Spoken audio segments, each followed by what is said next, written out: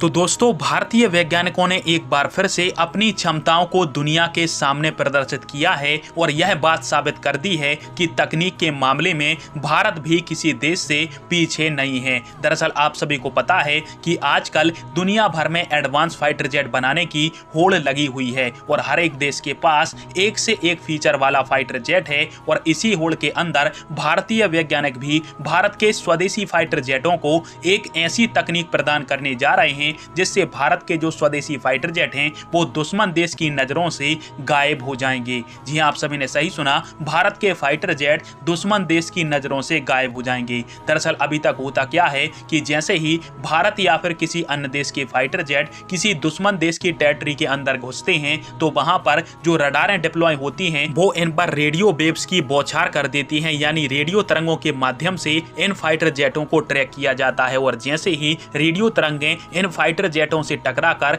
वापस रडार के रिसीवर तक पहुंचती हैं तो वहां पर रडार पर फाइटर जेट का सिग्नेचर बन जाता है और इस पर एक इंटरसेप्टर मिसाइल लॉन्च होती है और इस कारण से यह जो इंटरसेप्टर मिसाइल है वो बड़ी आसानी से इस फाइटर जेट को मार सकती है, क्योंकि आजकल इंटरसेप्टर मिसाइलें काफी ज्यादा एडवांस हो चुकी हैं और फाइटर जेट का कोई भी डिफेंस मैकेनिज्म इन इंटरसेप्टर मिसाइलों से फाइटर जेट को नहीं बचा सकता। पर यहीं पर भारतीय वैज्ञानिकों ने एक बहुत बड़ी तकनीक खोज निकाली है जिसका नाम है रडार अब्जॉर्बिंग मटेरियल। वैसे रडार अब्जॉर्बिंग मटेरियल दुनिया के कई सारे देश तो बना रहे हैं और कुछ देश जैसे कि अमेरिका और इसके अलावा रशिया के पास रडार अब्जॉर्बिंग मटेरियल तो है ही, और यह एक ऐसा मटेरियल होता है जिसको फाइटर जेट के ऊपर लगा देने से जो रडार तरंगे आती हैं फाइटर जेट के ऊपर, उन रेडियो तरंगों को यह रडार अब्जॉर्बिंग मटेरियल ऊष्मा के रूप में अपने ऊपर ही अवशोषित कर लेता है, जिससे दुश्मन देश के रडार रिसीवर के ऊपर परावर्तित तरंगे नहीं पहुंचती और रडार के ऊपर